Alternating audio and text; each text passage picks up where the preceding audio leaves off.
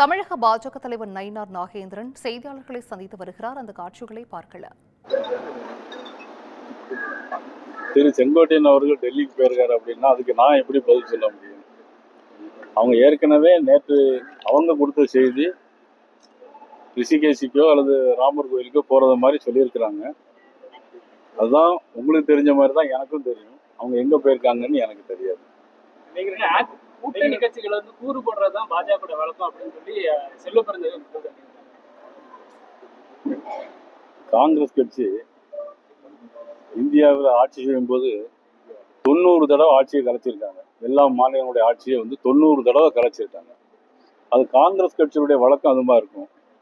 எங்களுடைய வழக்கம் அது இல்லை. இன்னைக்கு நாங்கள் ஆல் இந்தியா அளவிலே கூட்டணிக்கு எல்லா முக்கிய மந்திரி சபையெல்லாம் கொடுத்துருக்குது. எங்கள் பாரத பிரதமர் நரேந்திர மோடி அவர்கள் மிகப்பெரிய மந்திரி சபையில் கூட்டணிலாம் கொடுத்துருக்காங்க. அந்த கூட்டணியை வளர்க்கறது தான் எங்களது நோக்கமே தவிர அவர் சொல்ற மாதிரி காங்கிரஸ் கட்சி நாட்டை துண்டாடுற கட்சி காங்கிரஸ் கட்சி. சார், முதலமைச்சர் வெளிநாடு போயிட்டு 15,000 கோடிக்கு அதிகமாக முதலீடு ஏற்கப்பட்டதை பெருமையா பேசியிருக்காங்க. அது நான் ஏற்கனவே போன அன்னைக்கே கொடுத்தேன். அவங்க எம்ஓஐ போட்டிருந்தா சொல்லியிருந்தாங்க. அதில் பார்த்தீங்கன்னா ஏற்கனவே நாட்டில் இருக்கக்கூடிய 2-3 கம்பெனியை தான் அதில் சேர்த்து கொண்டு வந்திருக்காங்க. ஏற்கனவே இது வரைக்கும் போனதில் வெள்ளை அறிக்கை கேட்டு வந்தோம். எந்தெந்த கம்பெனி நாட்டில் இருந்துச்சு, நீங்கள் போய் எந்த எம்ஓஐ போட்டிருக்கீங்க, எம்ஓஐ போட்ட இதெல்லாம் நீங்கள் நாட்டில் நடைமுறைப்படுத்திருக்கீங்க அப்படிங்கிறத முதலமைச்சர் நாங்கள் ஏற்கனவே கேட்டிருந்தோம். ஒரு வெள்ளை அறிக்கை விட சொல்லியிருந்தோம்.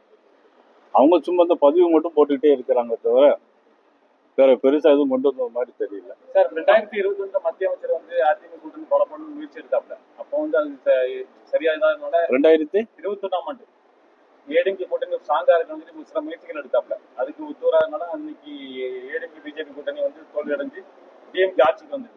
அதே மாதிரி பாராளுமன்ற தேர்தலையும் ஏடிஎம்கே பிஜேபி கூட்டணி இருந்ததுன்னா ஒரு 30 இடங்கள்ல வெற்றி பெற்றிருக்கும் அப்படின்னு சொல்லி வாக்கு சேவை ஏற்பட்டு பார்த்து தெரிஞ்சது. அப்பவும் முடியல. இப்போ 2026 தேர்தல் வரும்போது இப்ப ஏடிஎம்கே வலிமையாகணும் அப்படிங்கும் போது கருத்து எல்லாத்துக்குமே இருக்கு. அதுக்கு பாஜக என்ன முடிவு எடுக்கும் போது ஏற்கனவே முயற்சி வைக்காங்க. அது நடவடிக்கை உண்டாகும். அதாவது 2021, 2019, 2016 இதெல்லாம் பேசி ஒரு பிரயோஜனமும் இல்லை. இப்போ அடுத்தால என்ன நடக்கணும் அப்படிங்கிறதா நமக்கு முக்கியம். சார், இப்போ நம்ம டிடிவி தினகரன் பாஜக வெளியே வந்திருக்காங்க. பாஜக கூட்டணி எப்படி இருக்குது? அவங்களுக்கு தான் அழைப்பு கொடுக்கப்படுமா சார்? அதாவது என்னன்னா, நான் ஏற்கனவே தமிழக பாரதிய ஜனதா கட்சியினுடைய சார்பாக எல்லாரும் ஒன்று சேரணும் அப்படின்னு நான் ஏற்கனவே பேசியிருக்கேன். தேவைப்பட்டா நேற்று முன்தினம் மதுரையில் நான் பேட்டி கொடுக்கும்போது நான் சொல்லியிருக்கேன். தேவைப்பட்டால் அவங்கள அழைத்தால் நானே போய் பேசுவதற்கு தயாராக இருக்கிறேன் என்றால் நான் பலமுறை நான் சொல்லிட்டேன். அவ்வளவுதான். நான் தேவைப்பட்டால் கண்டிப்பாக நானே போய் அவங்களுக்கு அழைப்பு கொடுப்பேன். சார், இந்த சென்னையில தூய்மை பணியாளர் தொடர்ச்சியா நேற்று கைது பண்ணாங்க, இன்னைக்கு கைது. அவங்க போராட்டத்தை நசுக்கிற வரைக்கும் இந்த அரசு செயல்பட்டு. அதாவது தேர்தல் அறிக்கையில தமிழ்நாடு முழுவதும் எங்கெல்லாம் துப்புரவு பணியாளர் வேலை செய்கிறார்களோ அதாவது அவர்களை நிரந்தரமாக்குவோம் என்று அவங்க தேர்தல் அறிக்கையில சொல்லியிருந்தாங்க. தேர்தல் அறிக்கையை சொல்லியிருந்ததான் துப்புரவு பணியாளர் கேட்டாங்க. அப்புறம் தொடர்ந்து அவங்க சென்னையில உண்ணாவிரதம் இருந்தாங்க. அப்புறம் அந்த உண்ணாவிரதம் இருந்த இடத்தையும் மாத்தினாங்க. அப்புறம் மதுரையில போராட்டம் நடத்தினா அதையும் பண்ணாங்க. இந்த அரசாங்கம் போராடுகிறவர்களையும் கேள்வி கேட்கிறவர்களையும் நசுக்க அரசாங்கமாக திராவிட முன்னேற்ற கழக அரசு இருக்கு.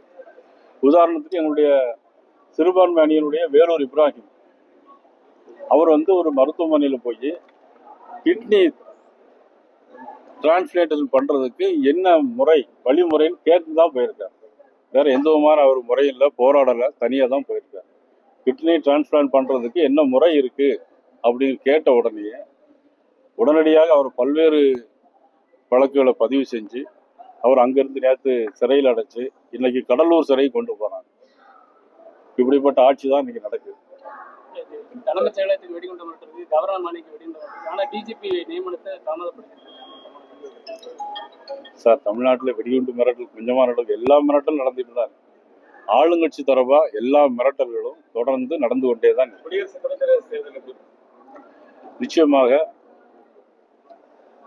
மதிப்புக்குரிய நமது தமிழகத்தைச் சேர்ந்த ஒரு தமிழர் மகாராஷ்டிரா கவர்னராக இருக்கக்கூடிய நமது சிபி ராதாகிருஷ்ணன் அவர்கள் உறுதியாக இன்று மாலை வெற்றி பெறுவார்கள். திமுக கூட்டணி வலுவா இருக்குன்னு சொல்லியிருக்கதா இன்னைக்கு தினமரத்துல ஒரு கருத்து வந்து. அதை பத்தி எனக்கு தெரியாது. நான் தினமரம் பார்க்கல. செங்கோட்டையில வந்து இன்னைக்கு நிர்மலா சீதாராமன் அவங்க சந்திக்கிறத இல்ல, எனக்கு அந்த தகவல் இன்னும் வரல. சார், தமிழக பாஜக செங்கோட்டையன்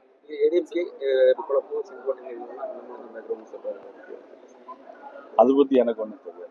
சரி, தமிழக பாஜகவினர் செங்கோட்டையனை சந்திப்பீங்களா? அவர் வந்து அதிமுக வந்து போயிருக்காரு. அதிமுக அதான் நாங்க அதிமுக கூட்டணியில் ஏற்கனவே ஒருங்கிணைந்து செல்லணும்னு சொல்றீங்க. உங்களோட கொள்கையும் செங்கோட்டையன் சொல்றது ஒரே மாதிரி இருக்குது.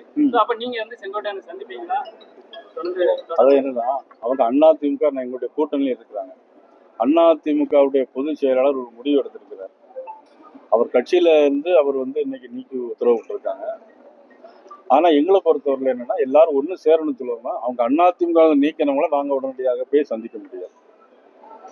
நீங்க டெல்லிக்கு ஒரு தகவல் இருக்குது. டெல்லிக்கு வேற கூட்டணி சொன்னீங்க. நான் கண்டிப்பா டெல்லிக்கு போறேன் 11ஆம் தேதி. செங்கோட்டையன் சந்திக்கிறதுக்கு வாய்ப்பு இருக்கா சார்? அவர் எங்க இருக்காருன்னு தெரியல, கேட்டு சொல்லுங்க. அதுக்கப்புறம் வெளியில ஒரு பேசுறேன், செங்கோட்டையன் வந்து பாஜக தான் தூண்டி விடுது, அதிமுக உடைக்கிற வேலையை ஒரு பேச்சு. இது எல்லாத்தையும் தூண்டி விடுறது யாரு தெரியுமா? நீங்க உள்பட இந்த மீடியாவெல்லாம் தூண்டி விடுறாரு தெரியுமா? திமுக அரசாங்கம். திமுகவுடைய தூண்டுதல்ல தான் இவ்வளவு வேலைகளுமே நடக்கு. எல்லா பின்னணிக்கும் காரணம் முழுக்க முழுக்க திமுக அரசாங்கம் தான் காரணம். திமுக வந்து தொடர்ந்து தமிழகத்துல முதலீடு வருது, அந்த மாதிரி அவங்க பெருமையா பேசுறீங்க. என்னோட ஆட்சி சாதனை. அதாவது சீனின்னு எழுதிட்டு நக்குன்னா இனிக்காது. அது நடைமுறையை கொண்டு வரணும், அவ்வளவுதான். தேங்க்யூ.